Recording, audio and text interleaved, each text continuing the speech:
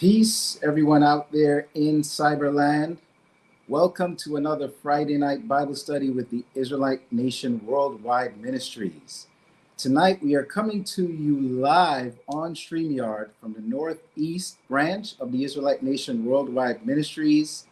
We are so excited to have this new format.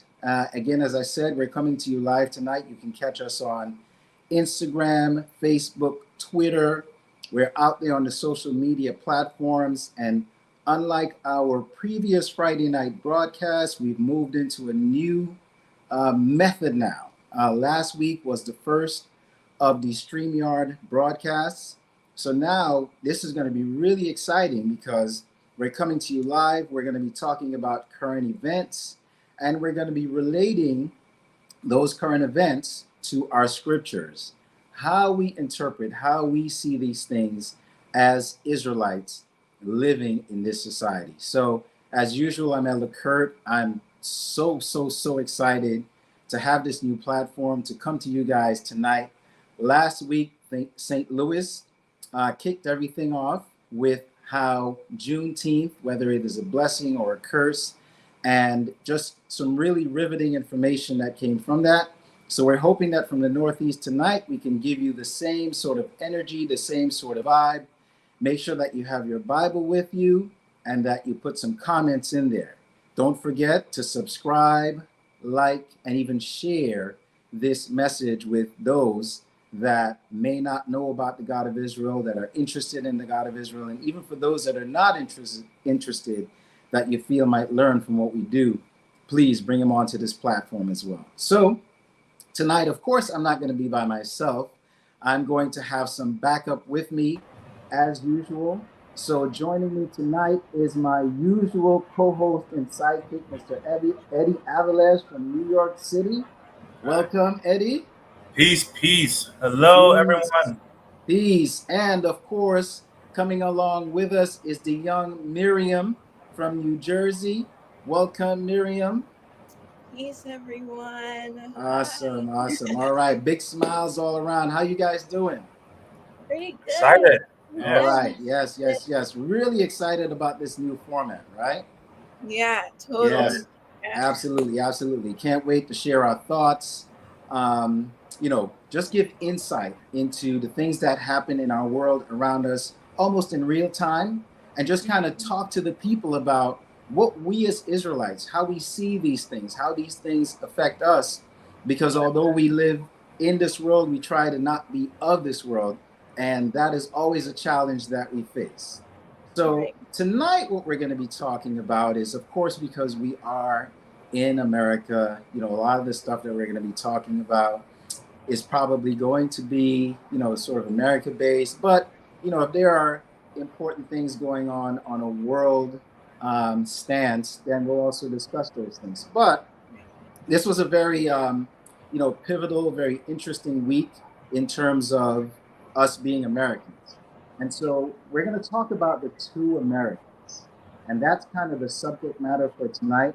And in order to look at what we see as the two Americas, the dichotomy that exists in this society that we live in as the children of Jacob, and even especially as Israelites, we're going to look at some recent events that have occurred in the news and just kind of show how, there really are two different societies that are in this country, whether it be based on the laws, whether it be based on employment, whether it be based on healthcare.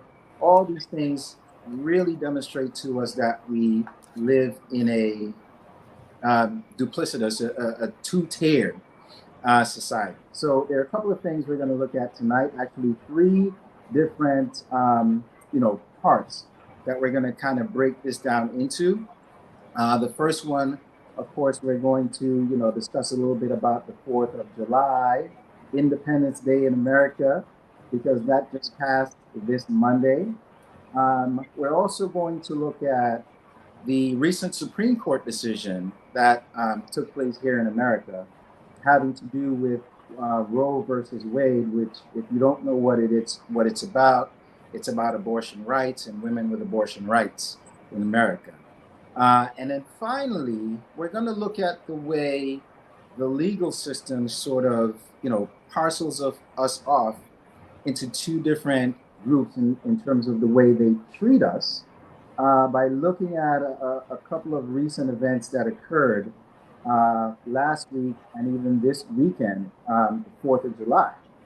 So, yes, welcome to all you people that are out there. Arnetta, Rachel, Robin in New York. Welcome to all of you. We're definitely so excited that you guys have decided to join us tonight. So again, keep your scriptures close and, make sure you comment as well, because we want to know, what you all are thinking out there. We want to make this as interactive as possible, especially with it being broadcast live, right? We don't just want to be talking heads. We want this to be, good banter, and not just between the three of us, but we want it to be a good banter even with the viewing audience. So the first thing that we're going to talk about, because it's the most, recent thing that happened, of course, is the 4th of July, Independence Day, all right? Exciting day, right? What were you guys doing on Monday, Independence Day? Oh man, I don't know about you guys, but I was at work, so I was slaving away. no pun intended, right? So funny. Oh man. Yeah. So, No, I wasn't doing anything. I was just at home chilling. So All right. I was doing what I should have been doing. Gotcha. Good. So your place of employment actually took the day off and gave you the day off as well, right? Yeah, they did, which I appreciated. Absolutely. Don't get it twisted. I definitely appreciated it. Right. Of course. Yeah. We'll take any amount of free time that we can get, right? Right. Where we get to do whatever it is we want to and not have to, listen to the boss or to massa since exactly. away. Yeah. So, again, the 4th of July was this past Monday. And for us as children of Jacob, when we really look at the history of July 4th, right? Arnetta says she was working. When we look at the history of the 4th of July, and you go back to July 4th, 1776, the American Revolution, Continental Congress gets together and they put together the Declaration of Independence and they say we're independent.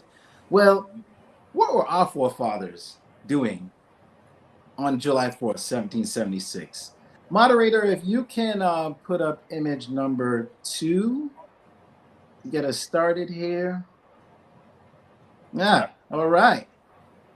So I don't see any fireworks or big parades or anything like that. Any hot dogs or hamburgers or barbecues. I don't see anybody relaxing, No. Right? I don't see a day off. That's right. So it looks like they were doing what you were doing, Eddie. Yeah. Yeah. Just indoors. Just yeah. So you have the benefit of technology and air conditioners and all those sorts of things, right? But this is what our forefathers were doing on the 4th of July, 1776. And all the way from before July 4th, 1776 to after July 4th, 1776, all the way up to 1865. This is what our forefathers were doing, right? But then we exist in this society where we're really supposed to be so happy, so excited to celebrate America's independence because we're Americans and this is when we got our freedom, when we broke off from the tyranny of the British Empire, right? Yeah. So you guys, I'm old, right? I've got grays coming all over the place. Knees are starting to hurt. But you guys are young. Eddie, you're somewhere in the middle. Miriam, you're young, young college student, just finishing high school, graduating high school. What does this image evoke for you? And what thoughts does this bring to mind for you? I mean, it shows that our forefathers, we weren't free at all. Mm-hmm. Okay, whose independence was it really? You said it was America's independence from the British, but we were still slaves back then. And what about the indigenous people that was already there at that time? Like, what was their independence from? Yeah. Okay, Yeah. it didn't matter. Even after 1776, when Lincoln supposedly freed the slaves with the 16th Amendment, people still acknowledged slavery. They still had slaves in the South. They weren't free. They're still working, Yeah. Yeah. right? Yeah. So it's just propaganda, just lies, just changing things in textbooks to make us see and believe something different. Absolutely, absolutely. And you bring up good points, because Emancipation Proclamation 1863, January 1st, Abe Lincoln, right? And going back again to last week, Juneteenth, June 19th, Yeah, 1865 is when our forefathers in Texas finally got the message that they that's were right. free, and the general had to come in and save them, even given all the things that were occurring at that time. But again, that's the sort of thing that the other side, or our Gentile counterparts, they just don't have that same sort of feeling when it comes to that time in our history, right? They don't have that same impression. If we fast forward now to slide number 4, let's see what else our forefathers were having to deal with at that time. Slaves for sale, and look at the underlying red date, Yep. July 4th, 1856. Right. Way after. This is still what we were dealing with. And Anthony Ross, I love that. A generation which ignores history has no past and no future. And just like the old saying goes, if you don't know your past, you're bound and doomed to repeat it. So oftentimes, people, and this was touched on a little bit last week as well. Folks often question, well, why are we still talking about slavery? Slavery has been over since 1865 or 1863, depending on how you want to look at it. It's been over since then. We've been free. We've had the opportunity to, grow and prosper in this country, in this nation. But what happens if we forget where our forefathers were? And what happens if we forget, and not just us, but America as a whole? Because the thing is, this isn't only Black history, this is American history. But this is not the type of American history that you would be taught about the 4th of July in your world studies, or your history studies, or your American history studies class, right?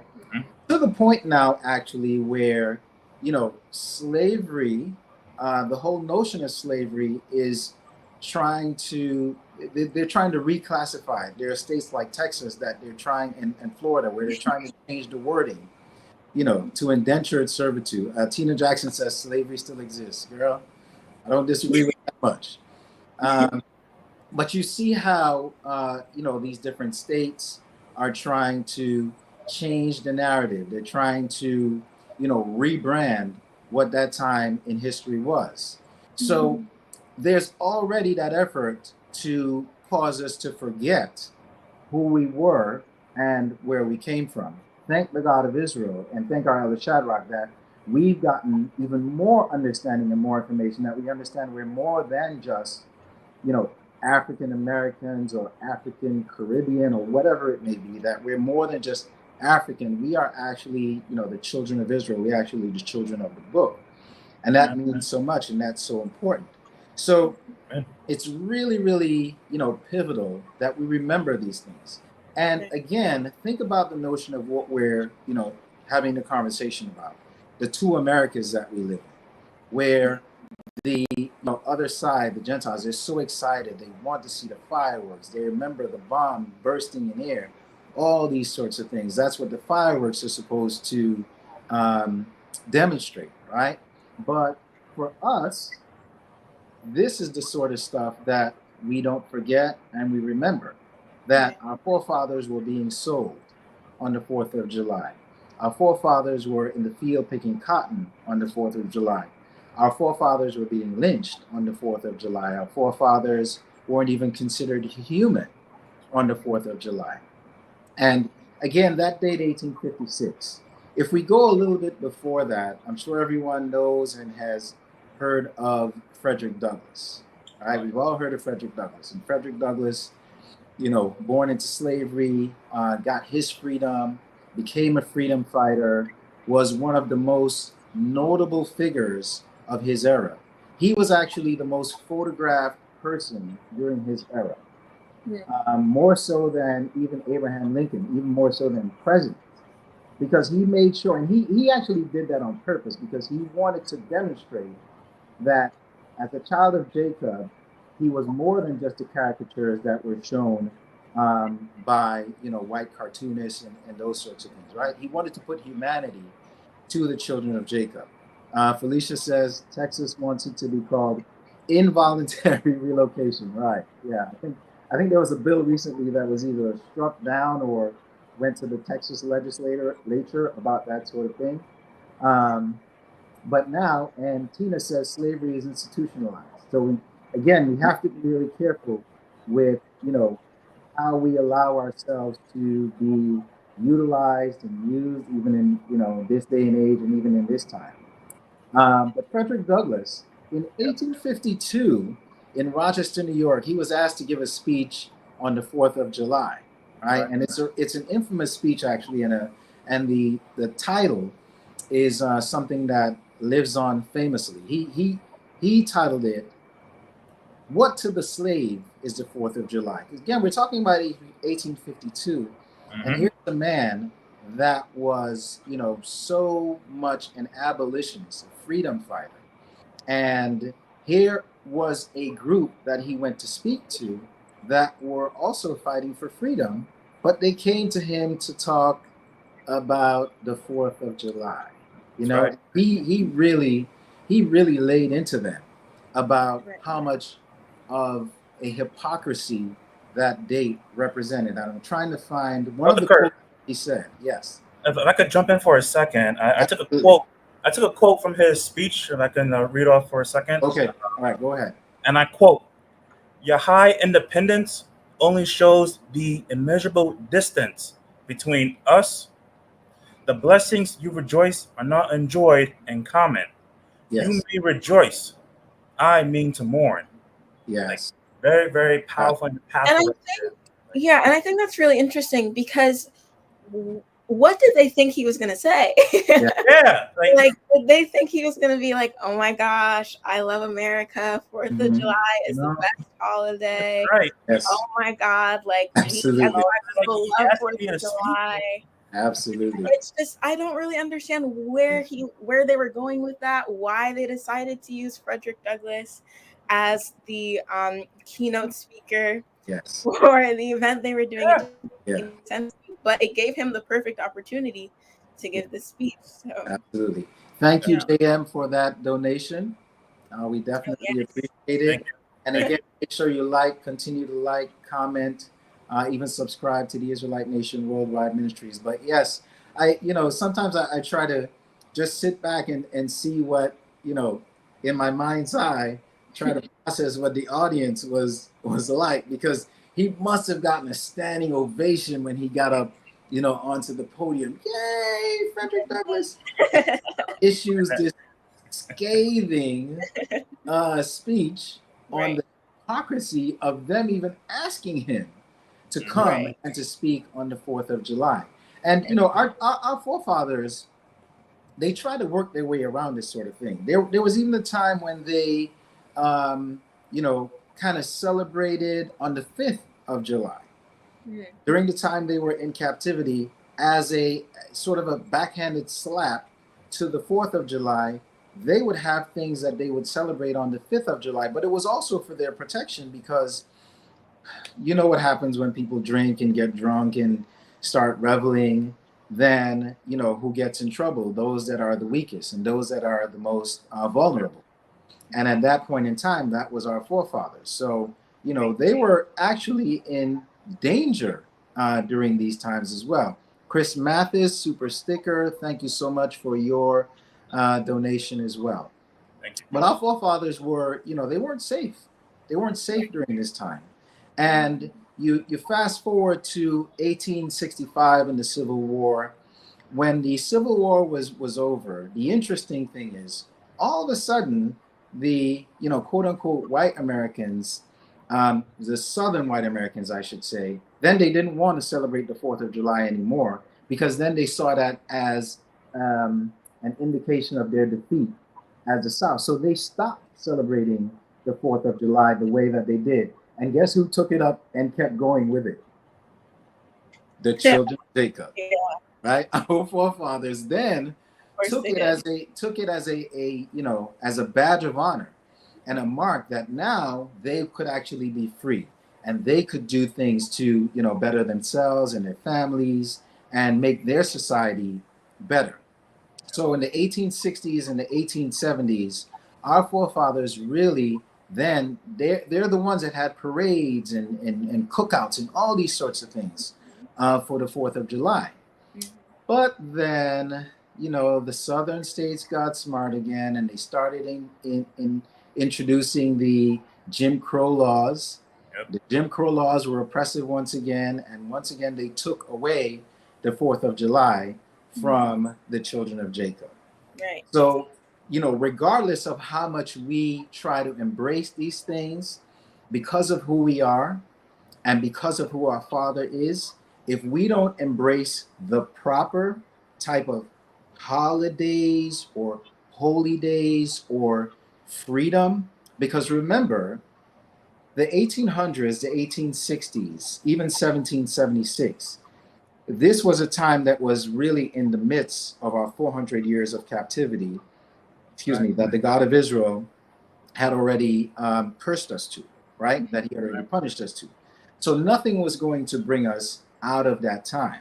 So no matter how hard we tried to, grapple onto something and take something as a mark of, a badge of honor, because now we felt like we were free as a people, it wouldn't work for us. It would never work for us because it wasn't done with the right foundation.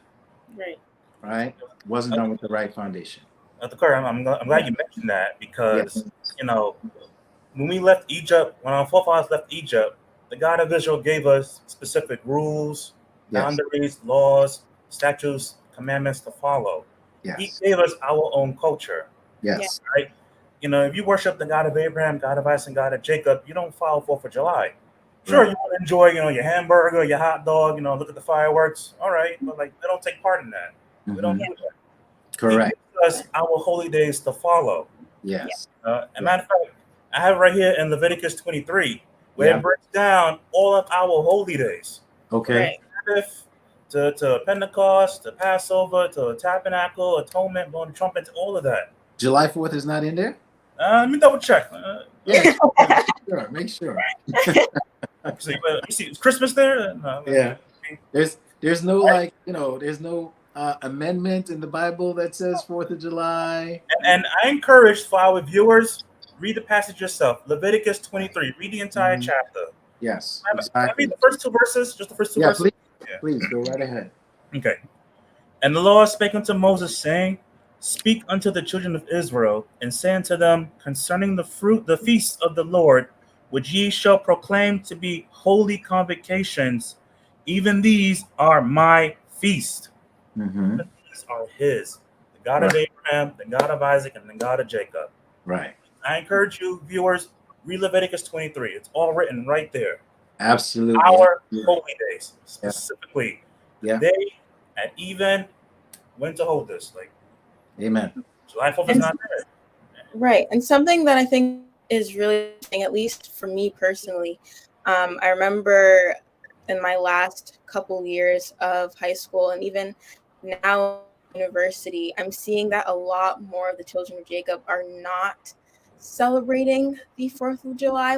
You still get, some of them who are going to their barbecues, going to their parties and things like that. But a lot more of them are coming to the realization that it is not for us because we are not free or independent from anyone in the 4th of July of 1776. And even a lot of social media, and as I talk to my friends and things like that, and they say, I saw a post on Instagram actually on the 4th of July that said reasons why more and more people are not celebrating or acknowledging the 4th of July, or reasons why you shouldn't celebrate the 4th of July, or here, instead of celebrating the 4th of July, you should do this, or get educated in this and that way. So I think it's really interesting how not only are, I don't know, the children of Jacob are coming to more of like a realization like, hey, this wasn't for us, but also like the world is saying, hey, maybe we should be, putting as much emphasis, or not the world, maybe just America, because like they don't celebrate 4th of July and like Lynn or whatever. But how we're putting more of an emphasis on why we shouldn't be celebrating the 4th of July, and not just focusing on, oh, the fireworks and the barbecues, but really getting down to the details. Even like the indigenous communities are saying like that we should not be celebrating the 4th of July, things like that. So I think it's really interesting how all of these things are coming out, especially after the 400 years are over. Like that's when I started hearing about people combating the 4th of July more. No coincidence. We have a question from Anthony Ross. He says, to the panel, what do you think it did to the mind of children to see their parents celebrate the 4th of July after slavery? You want to take that first? Okay, I'll go first. I'll go first. Oh, go ahead, Miriam. I think because if you look at it, like you see your parents and your whole community not celebrating something for years and years and years, and you would see other whoever, like your counterparts, your Gentile counterparts celebrating that, and you would ask your parents like, hey, why aren't we doing that? And your parents would say, that's not for us, we don't celebrate that. And then out of nowhere the next year they start celebrating it. Me personally, I'd be very confused.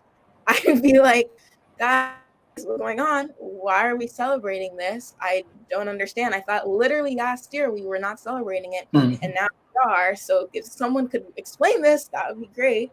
But I think it would be really, really confusing for them to see their parents celebrating something that they didn't celebrate for so long, and then out of nowhere they just started to celebrate.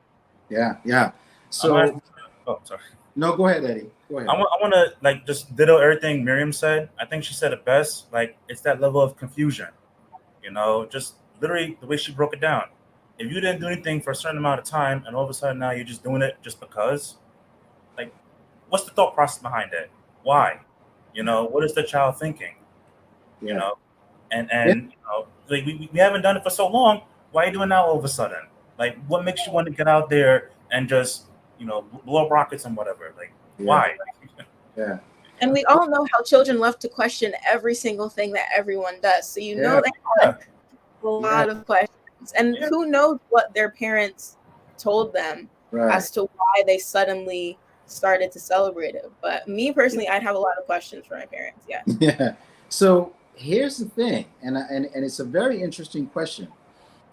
What I found in my research, and I mentioned it a little bit earlier, is what happened was, again, the children of Jacob, when that 1865, when that time came around and the Civil War ended, the southern states, the people in the southern states, they kind of threw away the 4th of July as a celebration. And the children of Jacob took it up as a badge of honor, because now they felt like the independence of America, they had now become a part of that. So I'm sure that that's what they were telling their children. They were telling children, now, see, we free. You could do anything you want. You can do whatever you want. And if you look at that period of time after slavery, that was actually one of the most productive times in our history as the children of Jacob, up until the Jim Crow laws started coming around, I think in the 1890s, I want to say. But up until that time, and this was part of why the Jim Crow laws came about, was because blacks, children of Jacob, were thriving so much that they had to do something to stop the growth and progression. So there was that notion of, all right, we're free now. We can be part of this society. We can be part of this country. We can do anything that we want. And we took July 4th as our very own. There was even a time before 1865 when, after 1834, I think it is, when the British Parliament abolished slavery basically in their colonies, that August 1st was celebrated as Emancipation Month or Emancipation Day for the children of Jacob, even those that were, slaves and those that were in free states. They actually celebrated August 1st as Emancipation Day. Isn't that funny that now, after the 400 years, because of the Israelite Nation Worldwide Ministries and Remember the 400, that we are now pushing for August to be Freedom Month.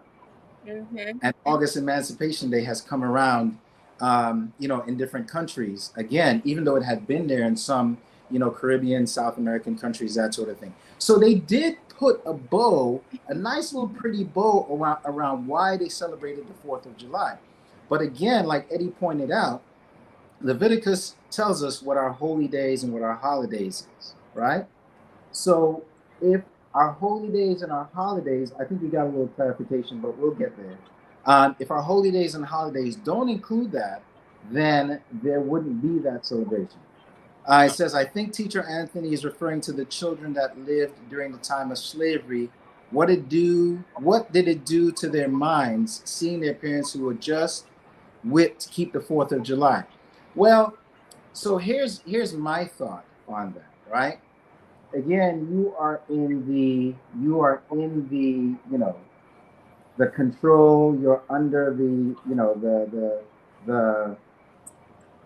thumb, the heavy thumb of your master. You got to do what your master says. It's like this past weekend, Michael and Officer Charmaine did the 12 tribes, the quality of the 12 tribes. Some of the things they talked about was, as Israelites, survival became a thing, not, what tribe I'm from.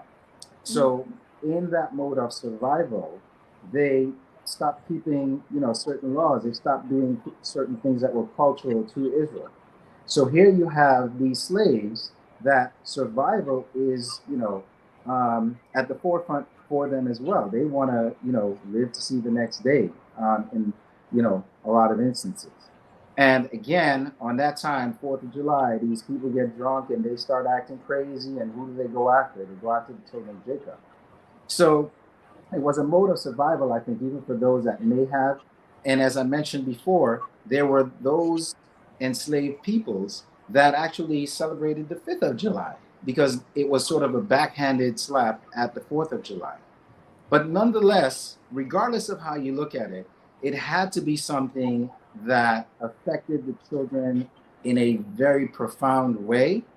And especially when you come into your own way, as Miriam is saying, children are very curious, they want to understand. So the children were probably like, well, we's not free, so why is we doing fireworks and right. Yeah, partying and reveling and all those, yeah, they probably didn't say reveling, but why are we doing all these great things for 4th of July when we's not free? Yeah. So it definitely had to affect the generations that came after that. And that was probably part of the incentive as to why once the southern states were defeated and they looked at the 4th of July as something that they didn't want, that our forefathers took it up and actually, used it as a badge of honor. And like I said, ultimately, they took it back, right? Because it wasn't ours to begin with. It wasn't our freedom to begin with. So the foundation was flawed. And so because the foundation was flawed, we really couldn't, grow and prosper as a result of it. Did the children really understand what was happening? Tina Jackson asks. I think when they got to a certain amount of awareness, they did. But, if you're a 4 or 5-year-old, maybe even up to being a 6 or 7-year-old, you may not have understood. But there came a time when you became self-aware that even your little, Gentile friend that you grew up with, that he started taking the whip to your back. And you started seeing again the dichotomy of the society that you were living in. And this 4th of July is just another example of it. Angel Stark says, just like following Christianity, I'm happy to see a separation happening now. Absolutely. We agree with that 100%. Yeah. So I think the point and the important part and aspect of this is as was pointed out from a scriptural standpoint, first of all, because that's where we get our instructions from the scriptures, from a scriptural standpoint, that even though this is a, quote unquote, secular holiday and there is no religious connotation to it, that even it being that, we don't quite celebrate. We may take the day off and, we're going to eat. And we may even, in certain instances, have family members, have our brethren that come over and spend time because, we don't get very many days off. But as a point of fact to, really appreciate the 4th of July as independence, that's just not a thing that's going to happen. And therein lies the difference between how even those that are, children of Jacob and may not know about the God of Israel, but are becoming self-aware, therein lies the difference as to the way that they see this 4th of July and the way that it is celebrated, the way that it is observed, all these sorts of things. Amen. All right. Okay. So I think you guys want to move on to the next segment now? Yeah. Yeah. All right. We can always come back to the 4th of July if anyone has, any further questions or comments. We certainly are open to that. Felicia Singleton says, if you could stand up, good, you were in the fields, so they knew they were slaves. They had no understanding. They had no understanding of freedom. Okay, I think I understand the second point that she's making. But again, when you get to a point and you become self-aware, if there are discrepancies in the environment around you, no matter how young you are, you start, picking up on those things. And children can definitely be very in tune with those sorts of things. So, it is the sort of thing that is part of the, PTSD of slavery that we talk about, that there's a lot that as children of Jacob, we have to unpack and we have to, come to terms with in order for us to, be able to move along and to really grow and to prosper. But we have to do that under the, I should say, or build that on top of the proper foundation, which would be, of course, the God of Abraham, the God of Isaac, and God of Jacob. Without that, it doesn't matter what we do to try to, get our own freedom and our autonomy. If we don't have the proper foundation, it just isn't going to work for us. Right? Okay, so let's move into, a different bit of news that took place over the last week that here in America, sent shockwaves through the country, launched protests, caused tears of joy and tears of fear and concern at the same time. America is a it's an interesting country, land of opportunity. There's so many things that you can do when you come to this country because of all of the supposed freedoms that it offers. But it's also an interesting country because, again, there is a dichotomy that exists. We live in almost in two countries at the same time. Sure. And oftentimes, when major news stories come about, we get that, and we see that sort of thing happening. So, this past week, I want to say it was June 24th?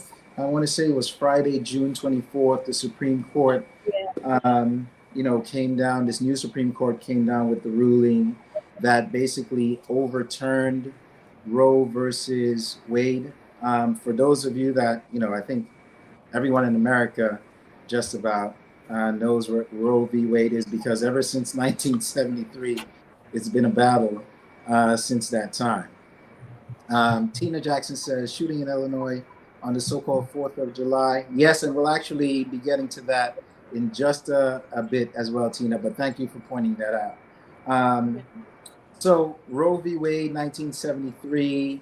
The Supreme Court at that time decided, to rule in favor of women having abortion rights federally protected. This last June 24th, this new Supreme Court, which they say is largely conservative, overturned that abortion decision. And soon after that, you had, state after state after state that started rolling back the abortion rights that, women had sort of enjoyed under the protection of the federal government. And of course, that kicked up a whole firestorm in the country. Protests in the Capitol, protests across the country. Moderator, if you can put up image number 3.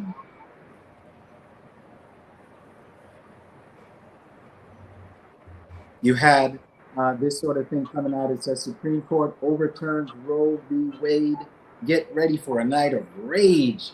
So, not having any political leanings or anything, but the quote unquote liberal-minded folks were, up in arms about this thing, because how can you take away the choice of a woman? It's her body. She should be able to control, what happens to her body. And the conservative-minded people were like, no, this, fetus is a human, is a person. They have a right to live. So this is the greatest thing that ever happened. Big firestorm here in the country. Pansy says, I'm happy that my true freedom is not dependent on them. True. Great point. So that was something huge that happened in this country. And we're going to talk about, abortion as a topic itself.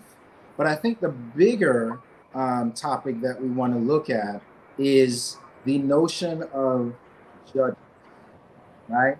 And how judges in this day and age, in this society, in this country, how judges go about doing things as compared to, we know a lot about judges and our forefathers, right? Felicia Singleton says, who but Margaret Sanger, who wanted to kill nothing? I'm sorry. Who but Margaret Sanger, who wanted nothing but kill all black babies, started Planned Parenthood? Eugenics was her life's work.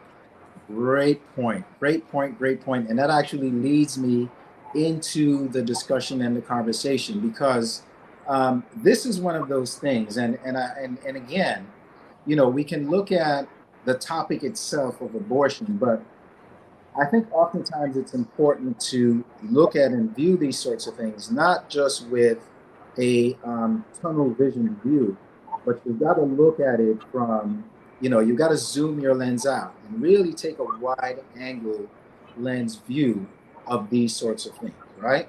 So, you think about the timing, right? 1973, Roe v. Wade, and as Felicia pointed out, there's this woman, Margaret Sanger. You have to look her up. Eugenics and what that, what those sort of things entail. The 1973, abortion rights are given to women.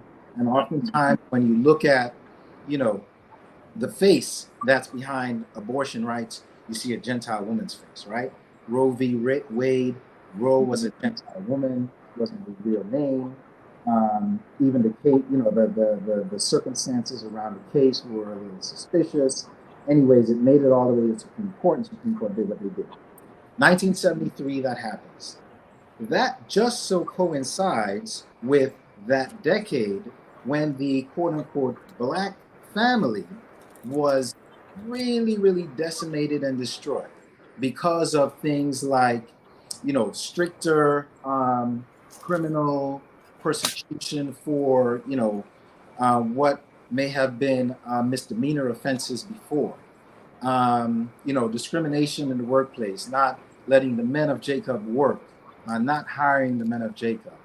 The welfare state, offering not Social Security, but welfare, food stamps, those sorts of things, to the point where, a child of Jacob, a mother of children of Jacob, sometimes would do better in her household by not having the man there, not having the husband there, because the government would provide assistance. And all these things started taking place in the 70s and really, got even worse in the 80s with the drug laws and those sorts of things. Felicia says no assistance with children if you had a husband. Exactly. So somehow that coincided with women gaining abortion rights. And when you look at what happened before abortion rights and post-abortion rights, the rate of abortion stayed about the same. It was about 1 million per year. But you know what went up? The number of the children of Jacob that were being aborted. So I just want to, before I pass this on to my panel, my co-panel members here, I just want to read a couple of things about some of the little tidbits that had to do with abortion most recently. And this goes back to, in 2015, the Centers for Disease Control, CDC, looked at abortion rates amongst our populations, right, and demographics. So in 2015, African Americans that made up 13.4% of the population, made up 36% of the abortions in the country.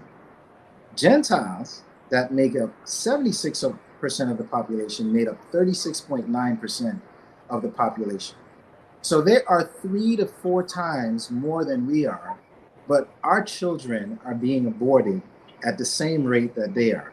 As a matter of fact, during that time in New York City, which is where you are, Eddie, there were more children of Jacob aborted than were born in New York City. So that's the sort of thing that we were dealing with when we talk about abortion and women's rights and those sorts of things. That again, we have to, when we look at these things, we really have to look at these sorts of things with a wide angle view and not, a narrow view into just what is being presented to us. So just as Felicia said, there was a whole effort that was being done, and the children of Jacob were really being affected by it. So panel members, what are your thoughts? Because I don't want to dominate this whole thing. And again, you guys out there in Cyberland, if you have any comments, feel free to comment. We're definitely looking for your thoughts as well. But how many people knew that the abortion rate was so high amongst the children of Jacob, and that the children of Jacob were being so highly affected by that? Yeah, I think that even with looking at the two Americas, when I looked on social media after the decision was made and all of that, I saw this one Gentile woman, and she was upset, and she was saying things like, how could you expect me, like talking to the US government, how could you expect me to get up and say the Pledge of Allegiance every morning when I don't even have control over my own body, or I can't even do the things that I want to do in this country because you guys make all these laws and pass all of these decisions and whatever, but we have no control. And it's so interesting how you're able to say that after something affects you, right? But as the children of Jacob, we've been saying this since the beginning of time. Like, for the Pledge of Allegiance says, for liberty and justice for all. And me personally, of course, like whenever the Pledge of Allegiance was happening when I was in elementary school, like I never got up and said it, because like you have me pledging to your God, pledging to this country. I'm not doing that, for one. But it's just really interesting how now that it directly affects them, they have something to say about the way that the US treats women, or the way that the government treats women. And a lot of the I even saw posts that were saying like, oh, you think BLM protests were bad? Wait until these protests happen. And it's like, why are we even comparing the two? Like, when did BLM even come into play? Like, why are we comparing the struggles and the injustices of the children of Jacob in America to the struggles and the injustices of women in America when it finally has to deal with Gentile women. Like that made absolutely no sense to me, because I was like, we've been saying this for so long. Like, this is not new to any of us. Mm-hmm. But because now it has a direct effect on you, you have all of these things you want to say, talking about how your protest is going to be crazier than BLM and whatever. And it's like, that's not what this is about. Like, I'm not trying to one up anyone. We're not trying to say that my struggle is harder than yours, which it is, but like, we're not trying to compare the two. Like, we're just trying to be like, you know, we're struggling in this country. Let's talk about it, right? And I read this article that said that Black women will largely bear the brunt of the abortion limits. And I think it also said that 40% of women who get abortions in the United States are Black. And because of these, the abortion bans and things like that, it will increase their health and financial risks. And I thought that that was really interesting, because even when I see the Planned Parenthood, at least in my town, it is in the it's kind of in between the Black and the predominantly Black and predominantly Gentile, or Jacob and Gentile area of the town, but it's more so towards the predominantly Jacob part of the town, which I thought was really interesting. And I think that at least I know that here in New Jersey, New Jersey and New York are a very they're very liberal states. So I heard that, you know, things like Planned Parenthoods and whatever were not really going anywhere. But I've been hearing a lot about like women in Texas, women in Florida, women in a lot of the southern states talking about how they don't know what they're going to do now, and they don't know how they're going to survive all of this, because those states are making it harder for people to get abortions and things like that. So I just thought that it was really interesting how, with the two Americas and the dichotomy of it all, like how one side said, "Oh my God, how could you do this?" when the other side was saying this whole time, like, this has been like America. We do this. We live this. Like, this is us. Mm-hmm. So yeah, I think that's a great point, Miriam. That, you know, as you said, the children of Jacob, we've been, you know, sounding the horn since the beginning, since we got off the ship, basically, right? Yeah. And, you know, now you have this thing where, for instance, they're talking about, you know, the detrimental effects that it may have on Jacob women's health. Well, Jacob women's health is already in a detrimental state. Right, exactly. You know, we as Jacob men and women, we bear the brunt of all sorts of diseases in this country. And, you know, exactly. Nothing new in terms of news. New. Everything is the same. Yeah, there's nothing new in terms of news. And now the other side of that as well now is you have, you know, as I was saying before, this whole liberal thing, right? Where, as you mentioned, you know, like a state like New York, a state like New Jersey, those things will still be in place, because now it's being put back again with the way these judges, you know, rule and do things. Now what they've done is they've put the onus back on the individual states to decide what they're going to do. And we'll get, you know, again, I want to, you know, take some time to touch on how judges are functioning in this country as compared to the judges in our, you know, our scriptures. But anyways, you have the conservative side, especially the Gentile. There was a clip that went around of a Gentile public official, a politician, that said basically, this is saving white America. Because abortion has been stopped, it's going to save white America, because the white babies won't be aborted anymore. And that'll increase their population. And we laugh, but this is something that has been planned for years and years. There was, in 1987, I forget his name, there was an individual that was an advisor to, you know, to Congress. And that's one of the things that he told him. He said, listen, there are only few ways that we can increase the white population so that, you know, we don't get overran by, you know, the immigrants coming in and you know, blacks and all these sorts of things, that we become the minority population. And one of the ways that we can do this is by not aborting our white babies. But isn't it interesting that when you look at the statistics, the children of Jacob, Right. their rates of abortion are so much higher. So now what's going to happen when these children of Jacob are unable to abort? We got all these more children of Jacob babies being born, right?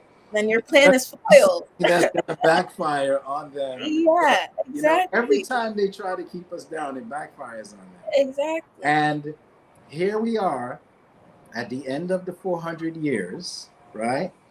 There's more awareness that's going on out there. People are now starting to become more aware. Yes, it's slow, but you feel the tide going, and sometimes it just takes enough inertia to get it going, and once that ball starts rolling, you're not going to be able to stop rolling it. Dexter Parker says, interesting how some people say they don't want government interfering with life unless the issue is tax breaks and abortion. Exactly. The height of hypocrisy, and that's the two Americas for you. Yeah. But it's the sort of thing that, you know, if you play it out, it can really backfire on them, right? It can really backfire on them. But again, for us as the children of Jacob, even if our numbers increase, if we don't go and turn to the God of Israel, how much of a difference is that really going to make? Are we just now producing more people that will be able to work for them, as opposed to producing people that will be able to actually go and worship the God of Abraham, the God of Isaac, and the God of Jacob? Anthony Ross says, how ironic is it that we fight to stop America from killing our babies, but then we're killing our babies in the womb?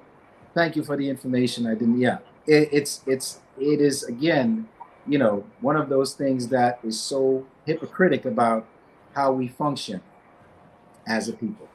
To one of your previous statement, you're right. Like, it doesn't matter, like, you know, if Jacobites continue to have all these children and they have all these talents and learn and grow, it means nothing if we don't put the God of Israel first. Mm-hmm. Okay?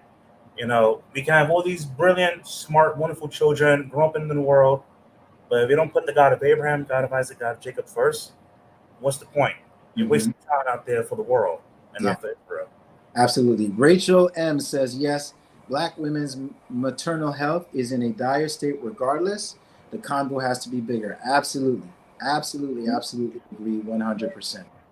And again, you know, this is just one of those. Angel Stark said it will cause them to sterilize Jacobite men.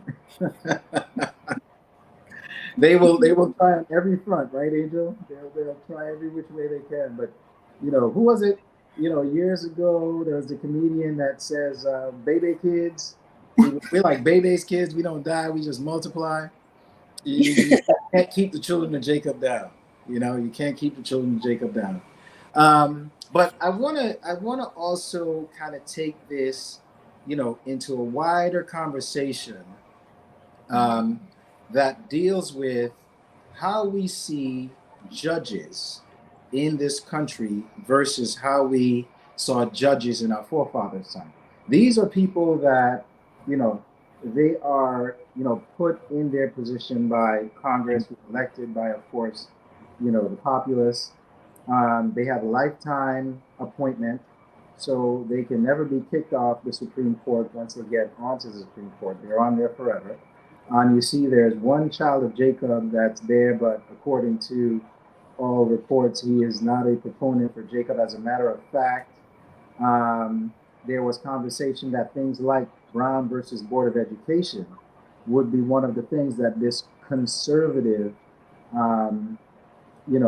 Supreme Court would potentially be going after. And if, you know, you don't know much about Brown versus Board of Education, basically Brown versus Board of Education essentially was intended to desegregate education, that everyone was supposed to, you know, be able to receive the same education regardless of race. And, you know, there's the argument that can be made in that regard as well, but that was supposed to be what you know, Brown versus Board of Education was about. And they're talking about this child of Jacob is talking about, you know, looking at it and potentially turning it over.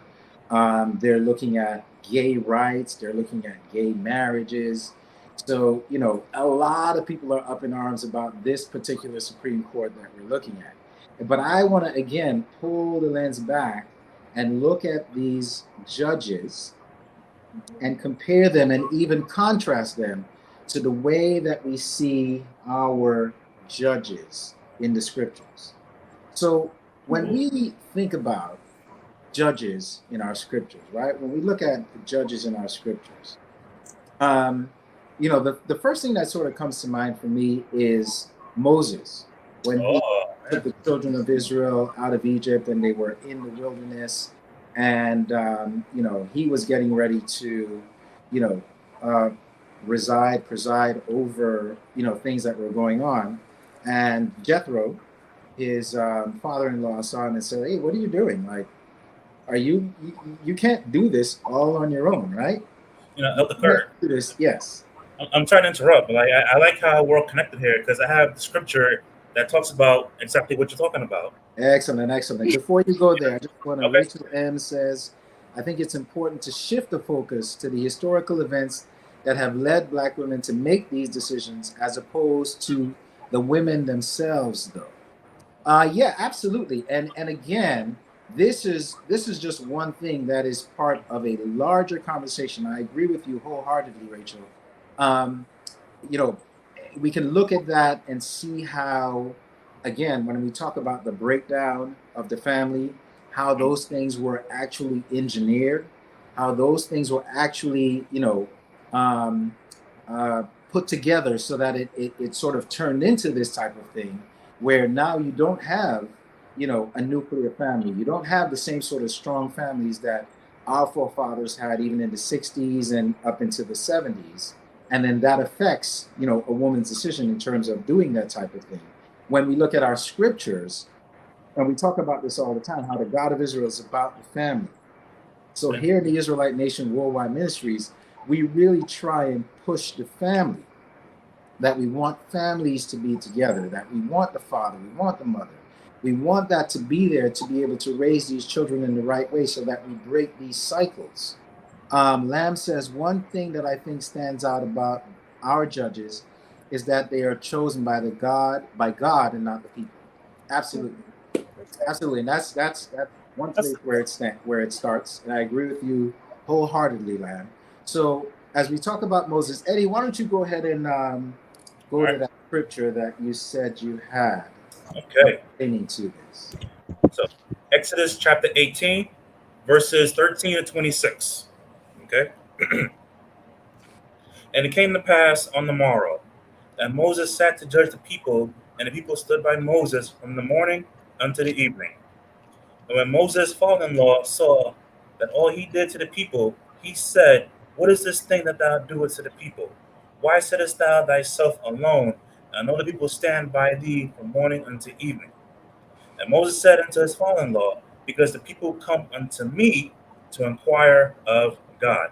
So these first three verses right here, as Elder Kurt said, Moses, he was judging the people. They came to him, they want to inquire of God. And Jethro, his father-in-law, is saying, Hey, why are you doing all this? Why are you taking on this responsibility? Okay? Let's keep going. Verse 16. When they have a matter, they come unto me, and I judge between one and another, and I do make them know the statutes of God and his laws. And Moses' father-in-law said unto him, The thing that thou doest is not good. Thou wilt surely wear away, both thou and this people, and that is with thee. For this thing is too heavy for thee. Thou art not able to perform it thyself alone. Hearken now unto my voice. I will give thee counsel, and God shall be with thee. Be thou for the people to Godward, that thou mayest bring the causes unto God. And thou shalt teach them ordinances and laws, and thou shalt show them the way therein they must walk, and the work that they must do. So he's telling them, you can't do this work by yourself. This is no responsibility. Remember, we're just left Egypt. We're establishing this culture within this nation, this all these people.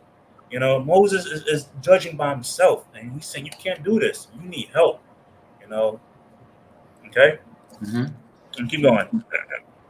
Moreover, thou shalt provide out of all the people able men, such as fear God, men of truth, hating covetousness, and placed such over them to be rulers of thousands, rulers of hundreds, rulers of fifties, and rulers of tens. Yes.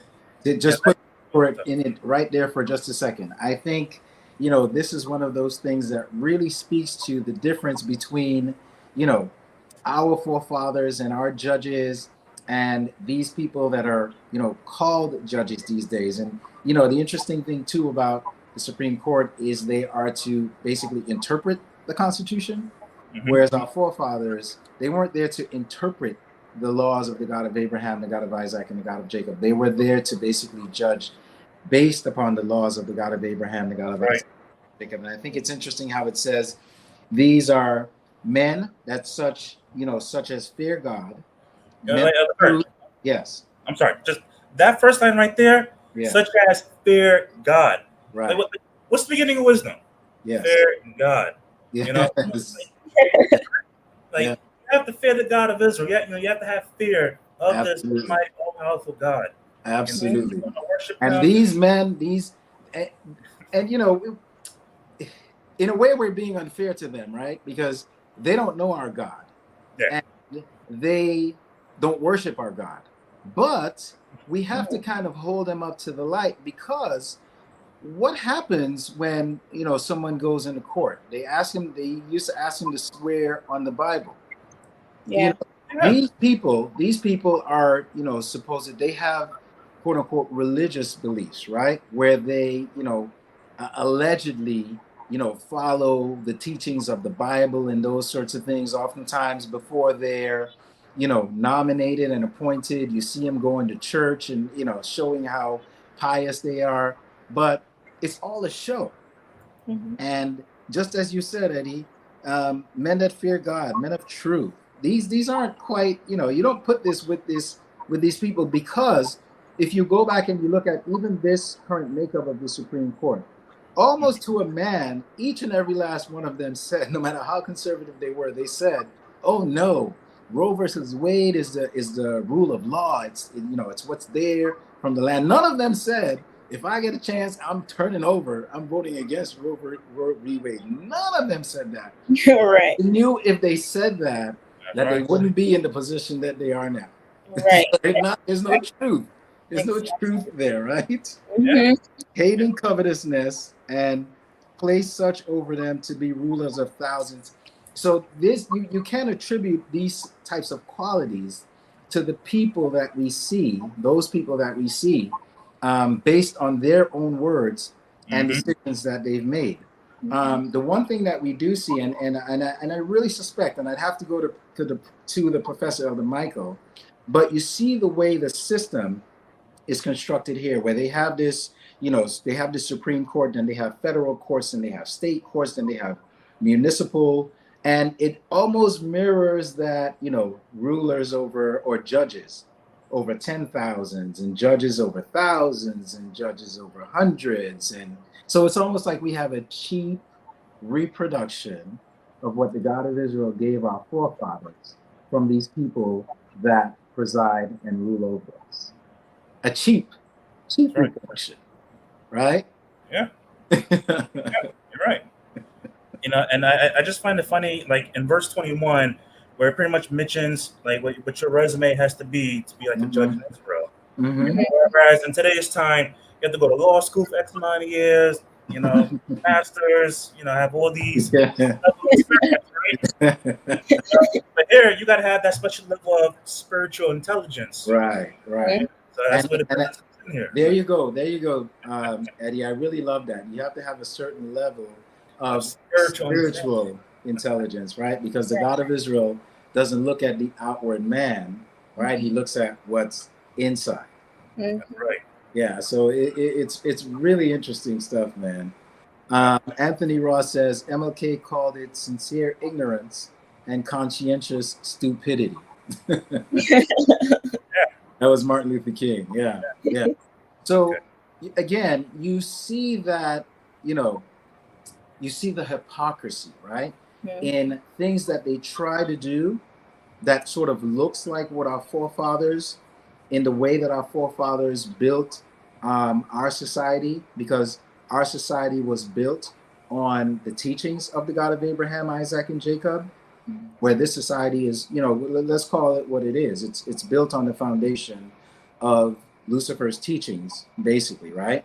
And so when these people, behave in the way that they do, when they make the decisions in the way that they do, we always have to remember that, they're coming from a completely different platform compared to the platform that we are, the platform that we're dealing with. So, it's almost like we have to kind of separate ourselves from that and not get caught in the, get caught in the weeds of these decisions that are made, but really explore and look more deeply into it and try to continue to figure and understand how it affects us, and even go to our scriptures to let us understand how exactly we should be, dealing and moving in this current, environment, in this current day and age.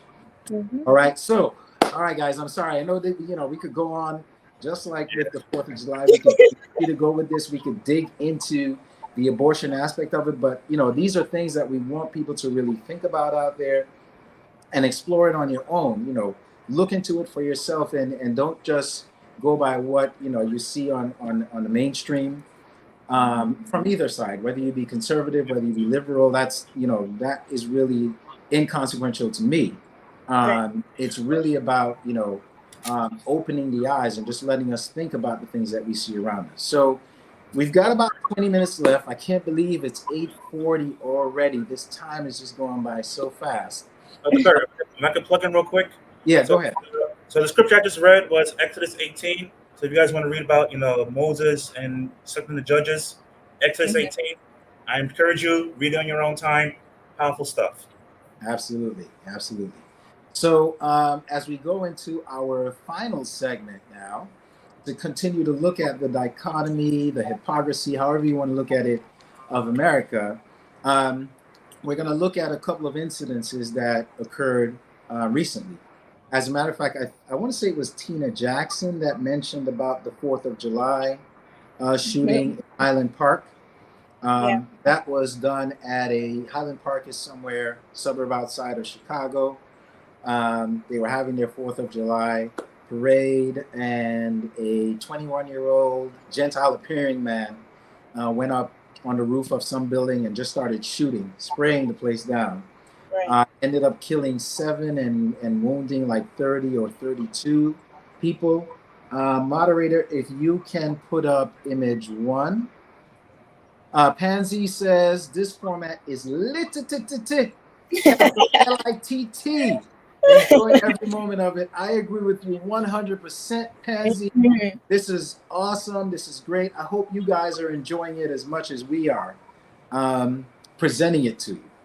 So, make sure you guys like and share and comment and subscribe and all of that stuff. Yes, absolutely. So the gentleman on the right, Robert E. Cremo, Bobby Cremo, it says allegedly murdered 6, but this has actually been updated because someone died in the hospital, so it went up to 7, and he wounded 30.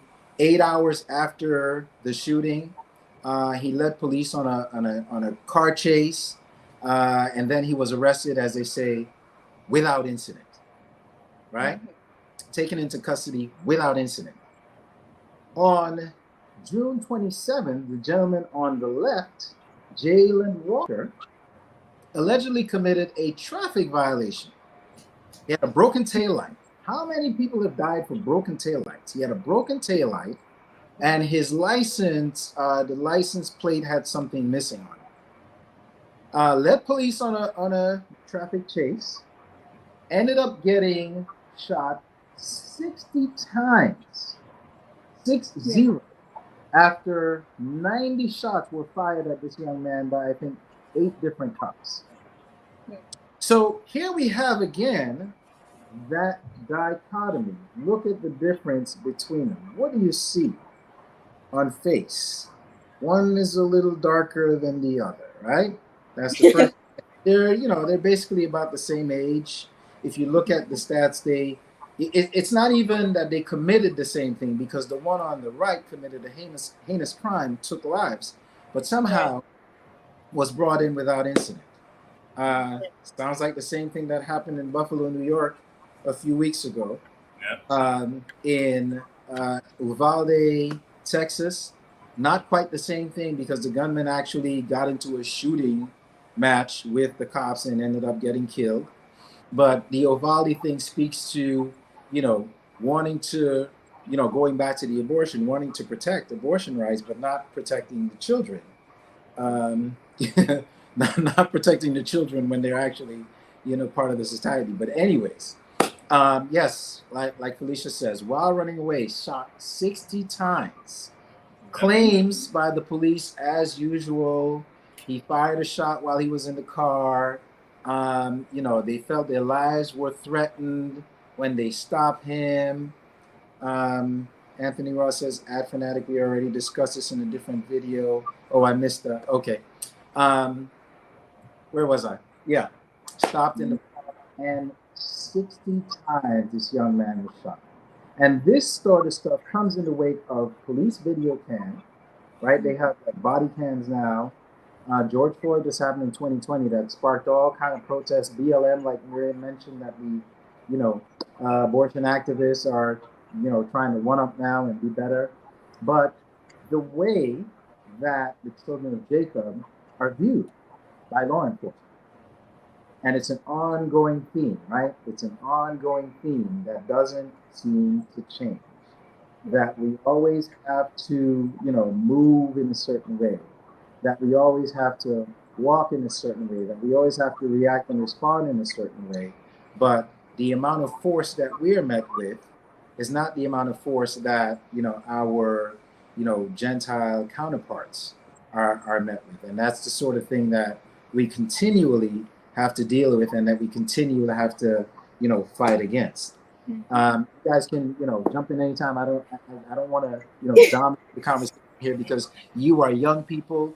This is the sort of thing that, Eddie, even yourself, as a young man of Jacob, this is the risk that you face, that you look menacing to, people that are supposed to serve and protect, but somehow you look menacing just by your appearance.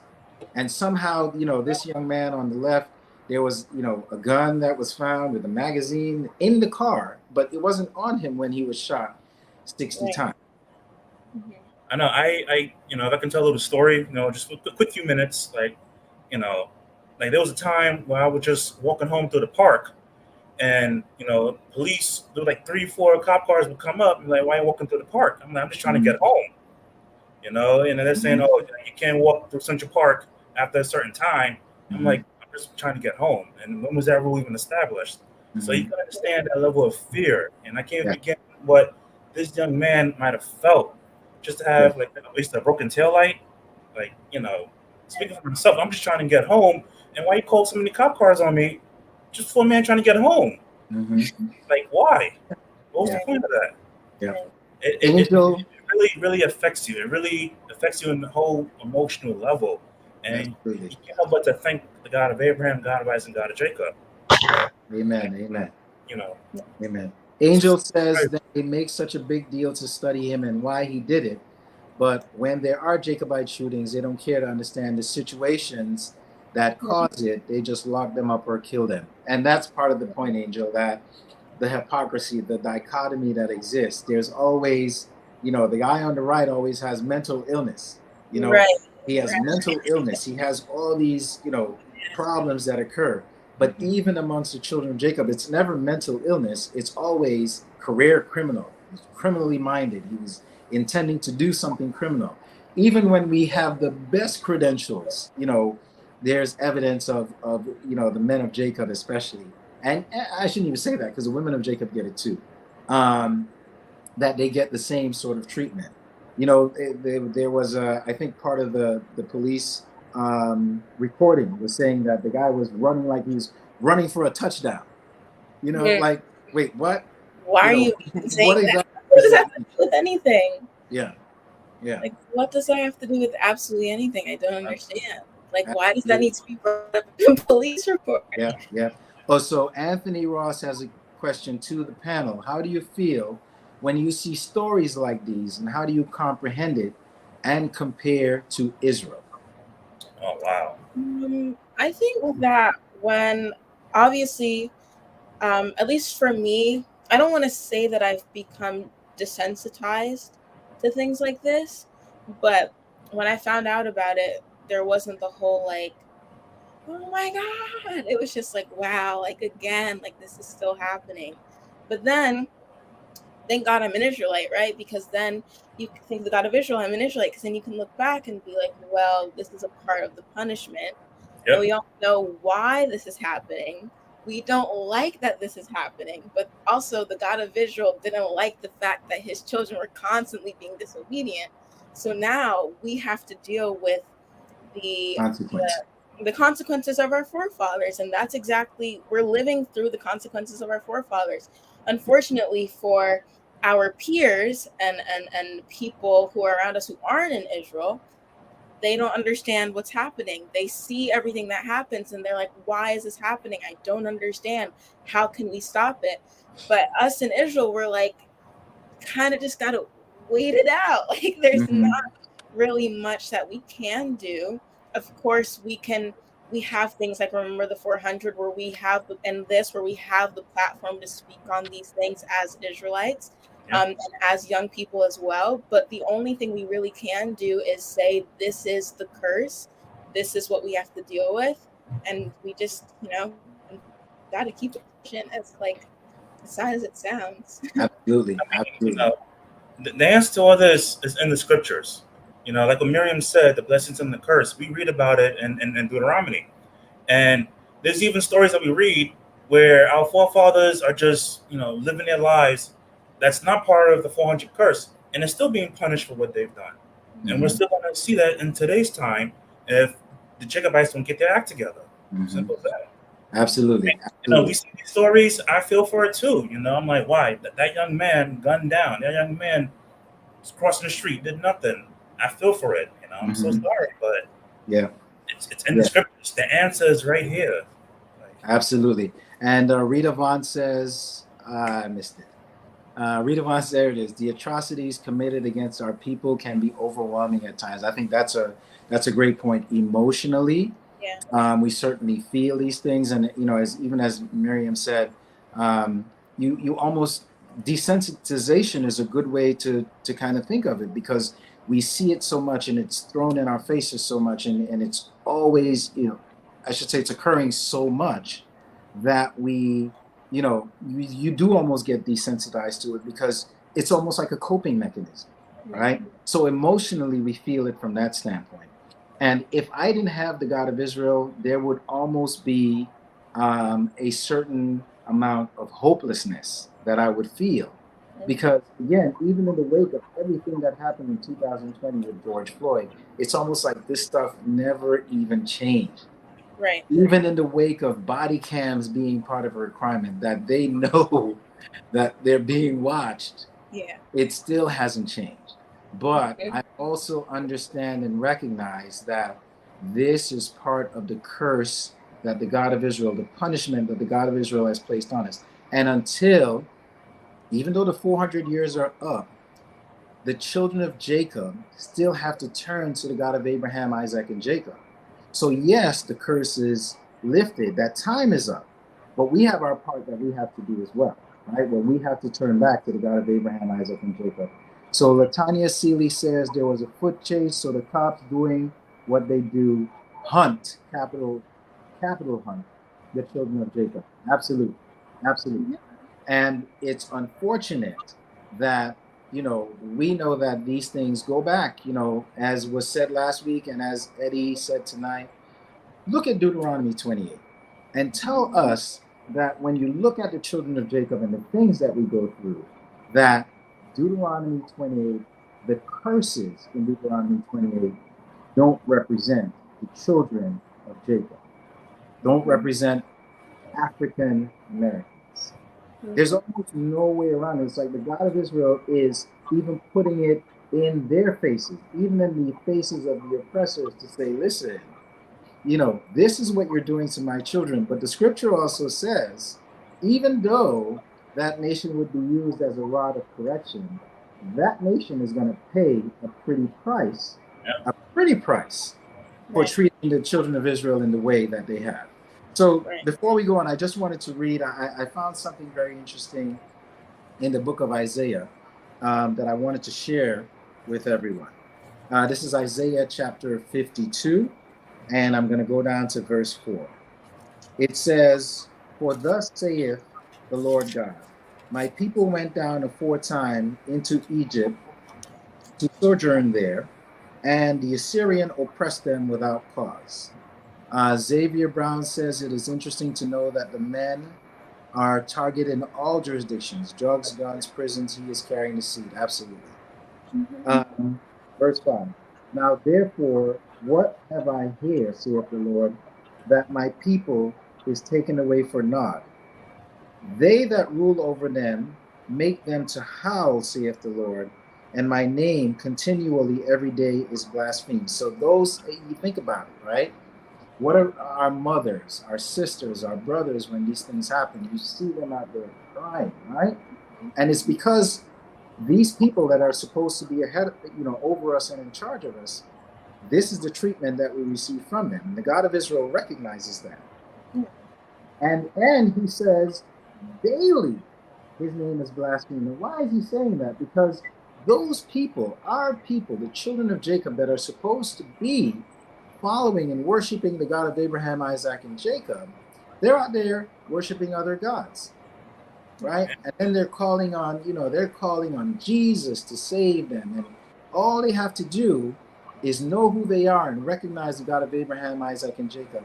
And these things go poof, they go bye-bye. Okay? So he says, therefore, verse 6, "Therefore my people shall know my name. Therefore they shall know in that day that I am he that does speak. Behold, it is I."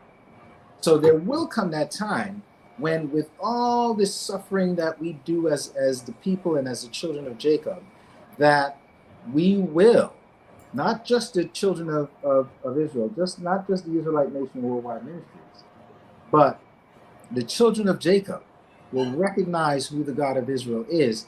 And then that's when things are really going to turn around. Because the God of Israel wants us to turn back to him. He wants the children of Jacob to come back to him.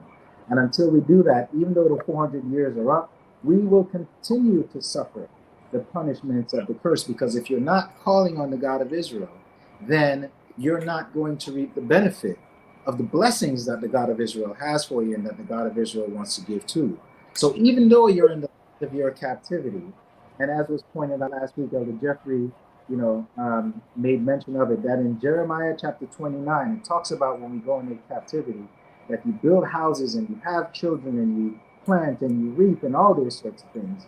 Because at that time, it was that the 70 years were not up, right? And they're going to be in captivity in Babylon for 70 years. Now, our 400 years are up. But again, we have to turn to the God of Abraham, the God of Isaac, and the God of Jacob to really reap the blessings that he wants to give us. So even though we live in this society where there is this dichotomy where the children of Jacob are treated one way and the Gentiles are treated a different way, it's because we have taken up their God and we have turned to their God, or we're trying to turn to their God to take us out of our situation and out of our darkness. And we can't come into the light unless we let the God of Israel be the one that actually shines the light on it. So, man, our time is up. I know. It went by so fast. It went by so fast, but you guys were great panelists. Eddie, thank you so much for your input and your scriptures. Miriam, thank you for your insight. To those people out there in Cyberland, thank you so much for joining us. Here in the Northeast, I remember the 400 arm. In August, on August 1st, we're going to have a flag raising in Englewood, New Jersey. So if you are in the area, around the area, we encourage you to drive up on August 1st and come up to Englewood, New Jersey and help us raise the Remember the 400 flag, because as our Professor Elder Michael says, Black lives don't matter until we remember the 400. So I will leave you all with that. Once again, thank you so much for allowing us to be part of your Friday night. We are now live on StreamYard here 7:30, on Saturdays at 2 o'clock as well. We look forward to seeing you and just sharing more of our knowledge, wisdom, insights, all these things with you about our Father, the God of Abraham, Isaac, and Jacob.